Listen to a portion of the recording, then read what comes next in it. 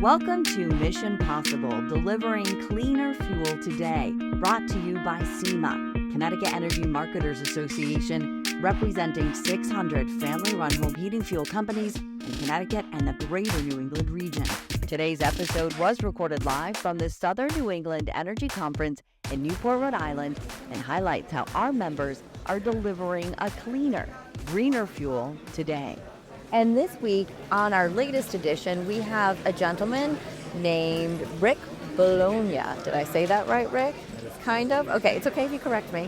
From Westmore Fuel in Greenwich, Connecticut. Wow, thanks for, first of all, making the trip to Newport. We're happy to have you here. Thanks for being part of our podcast. Thank you for having me. You're welcome. It's nice to meet you. So let's get right to it. First of all, let's talk a little bit about the history of your business, because I do find the history fascinating. A lot of the companies have been in business for so long, but tell me a little bit about yours. Well, my company was founded in 1938 by my grandfather, so I'm a third generation a family company. And during that time frame, we saw it start with coal and ice, evolve to heating oil. Of course, everybody went through the oil embargo in the 70s. New flame retention head oil burners, more efficiency, and now we're into biofuels and hopefully renewable diesel at some point. Right. So when we talk about biofuels, explain to me what that is. We have covered this on previous episodes, but in case someone hasn't heard, tell me in your own words, if you had to explain it in layman's terms, what exactly do we mean by biofuels? So we've been blending biodiesel with traditional heating oil since 2012.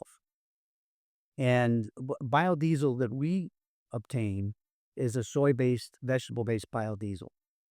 And it's made from, I believe, used cooking oil, soybean discarded byproducts, Correct. turned into a fuel through a scientific process. I like to say that because we don't want people at home thinking, "Oh, I'm going to pour cooking oil into my heater." It doesn't work that way. So it's a safe process that makes it cleaner, greener. But here's what a lot of people don't realize too, is that biodiesel is mixed with our home heating oil, but we've also changed that. That is not the same as it used to be a long time ago. Talk about that. We've pretty much removed the sulfur content, correct? That is correct. So actually, if we go all the way back to 1993, is when our industry actually had an impact on separating the sulfur content between heating oil and diesel. That's where it started. So at that point, diesel started to become lower sulfur fuel, and traditional heating oil stayed the same, high sulfur. Then in the mid 2000s to 2010, 2012, at least in my marketing area, lower sulfur heating oil came into effect. And we're currently at ultra low sulfur heating oil. Right. It's barely a trace in there. Someone had pointed out the numbers to me recently. It's a lot of numbers for me, but take our word for it. We've pretty much removed the sulfur. What does that mean, though, to the customers? What does that mean? What we saw is before the biodiesel component, if using ultra low sulfur heating oil ended up with a much, much cleaner heating appliance after years of use. In other words, you didn't need to take a vacuum and a brush to that boiler, even with just ultra low sulfur heating oil. So it's something you could visibly see. Correct. Not only is it lowering the carbon footprint, I guess, to a degree, or greenhouse gas emissions, but you can physically see the difference it's making on your equipment. That would be correct. Right. Wow. So we're mixing our processed home heating fuel with biodiesel, and that's where we have the biofuel. And from what other members have said, it's better for the environment than natural gas. It's a cleaner, greener, renewable fuel that really is lowering the carbon footprint of our industry. And this is important to you and to your customers. What are your customers telling you about a greener future? What are they looking for?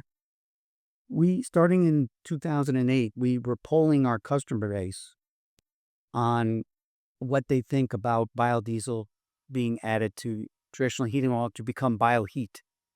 And the overwhelming answer is they'd love it. They don't want to pay more for it. Isn't that always the case? What about, do you tell them, well, guess what? You already have it in your tank? I mean, that's a surprise to some people. That's we did start with the soft launch.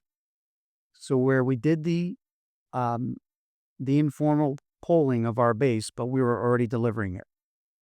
And then we ramped up the percentages over the next year to where we currently are. We're at B20 BioHeat. So that means 20% renewable biodiesel mixed with the ultra low sulfur heat Correct. fuel. So when your customers hear this, they must be surprised. They don't want to pay for it. But here's the double positive spin to it, not spin, fact. They don't have to cut a new check or give you their credit card. They don't have to upgrade the equipment that they already have to use this biofuel. It works with what they have, right? That is correct. So for many years, my company was on the edge because we were delivering B20 BioHeat without it being approved by the equipment manufacturers. However, don't remember the exact year, but I believe it was around 2019, 2020, and the equipment manufacturers approved B20 for virtually all legacy heating equipment in the field. Wow. So you were ahead of the times.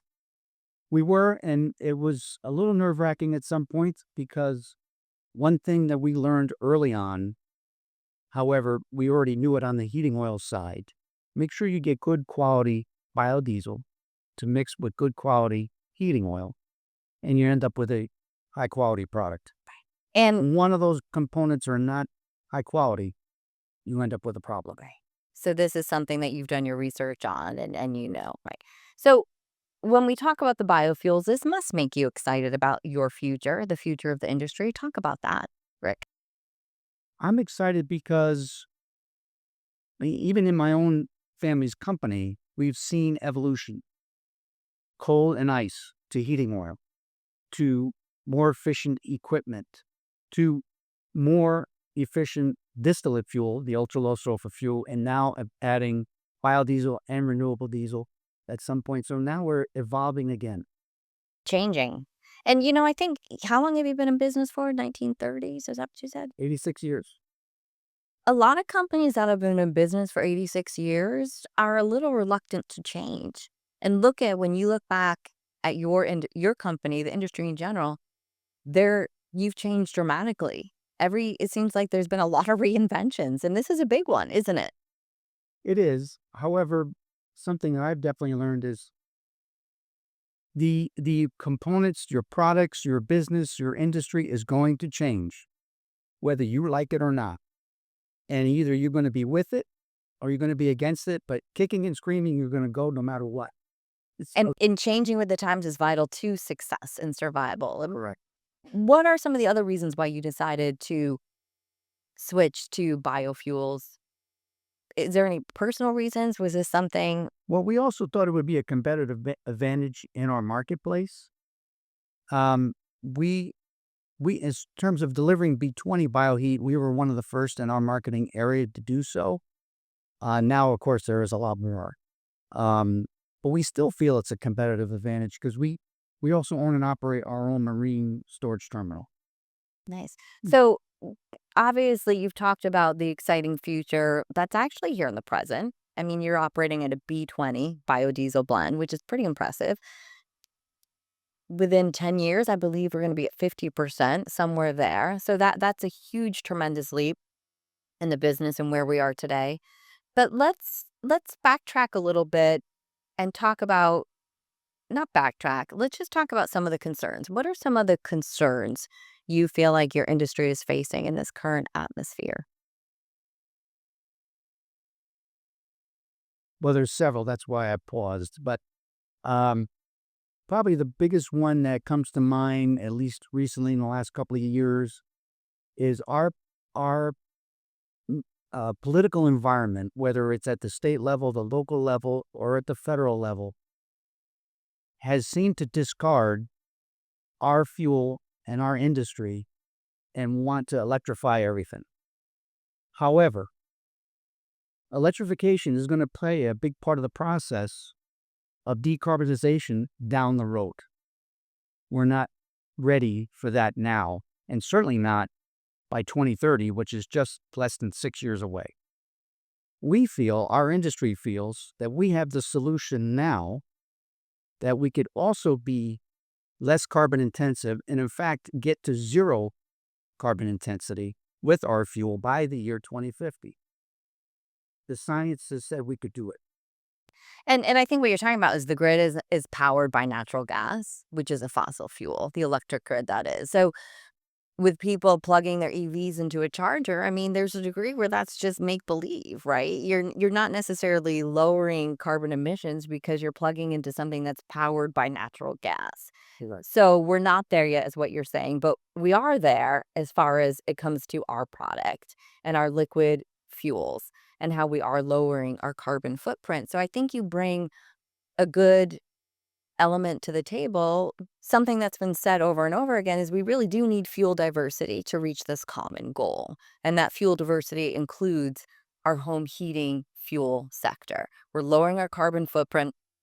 If we put all of our energy eggs in one basket, we're kind of already seeing what happens there when we all opened our electric bill this summer.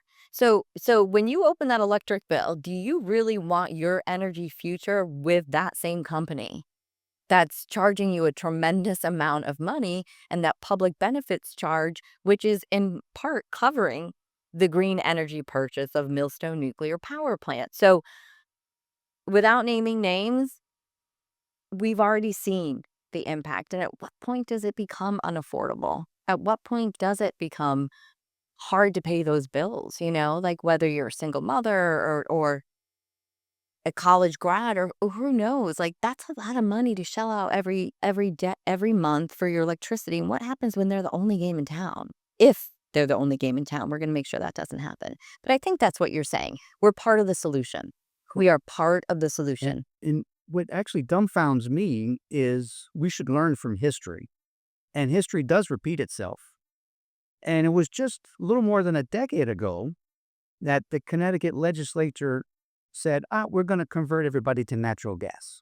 So picking the energy choices or whatever product for that matter really should be left to the open market and not by government. Well, when the government gets involved, things tend not to work out as planned. And you bring up a great point. 10 years ago, the idea was natural gas is the end-all be-all. We need everyone on natural gas.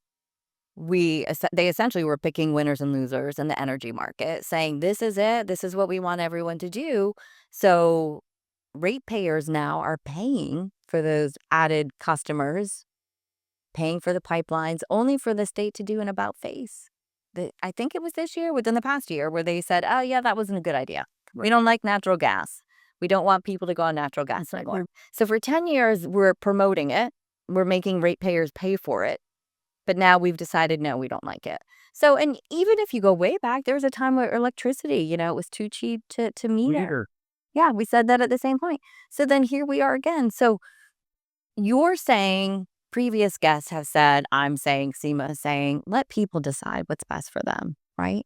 If you have more choice, competition drives down prices.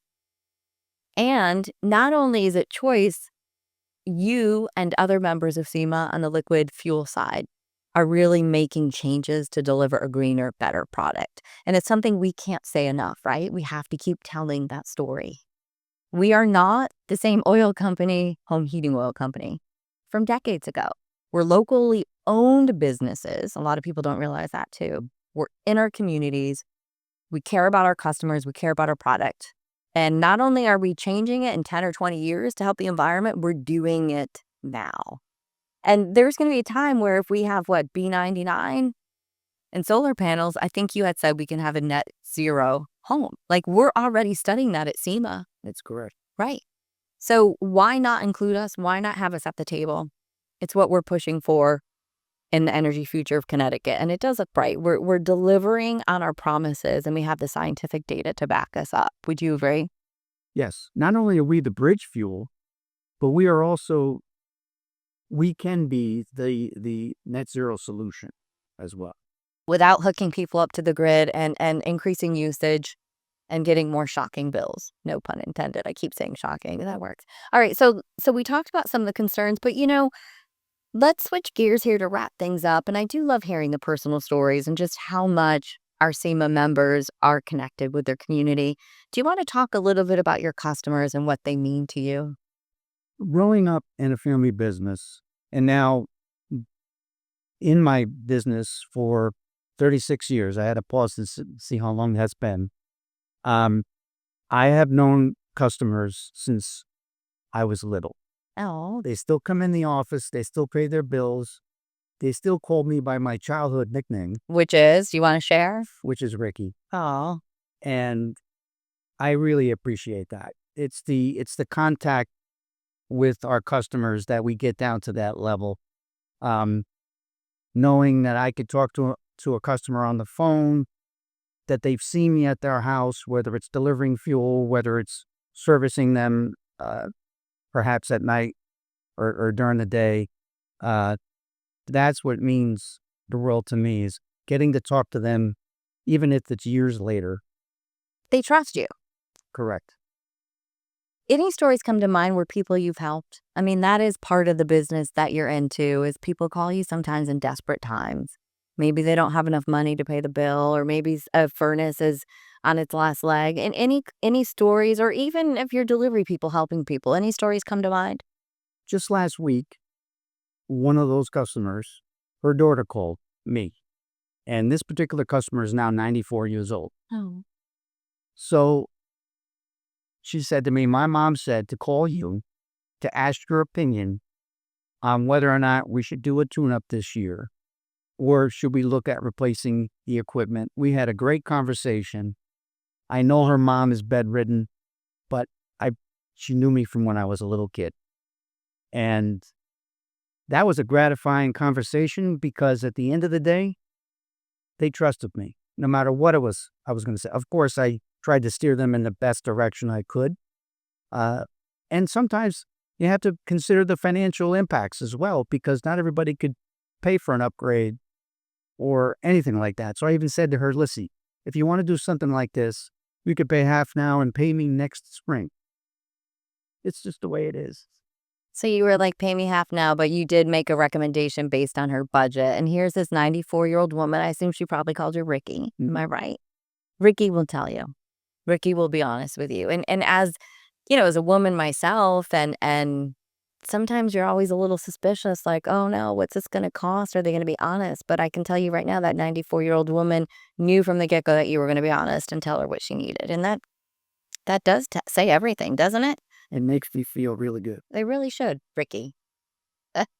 So, all right, as we wrap it up, is there anything else you want your customers to know about your business? That's a tough one, because I don't like to sound self-serving. I think what we do speaks for itself. If you're my customer, you've been my customer, there's a reason why you continue to be my customer. So I think that's the best thing I could say. It's part of a family, almost, right? And then, using just a few words, we're going to end on this note. How would you describe the future of your industry, the industry? It's going to be a challenge. I'm not going to say it's not. However, I'm competitive and I like challenges. So, and I think many people in our industry feel the same way. And we know in our heart we have the best solution. And I feel it's good. Thank you so much, Rick, for joining us on this edition of Mission Possible. We really appreciate your time, and keep us posted on anything else that's happening down in Greenwich, okay? Thank you very much for having me. All right, thank you. And thank you for listening to Mission Possible. Be sure to tune in next time to hear more stories on how our members are making a difference. We'll see you then.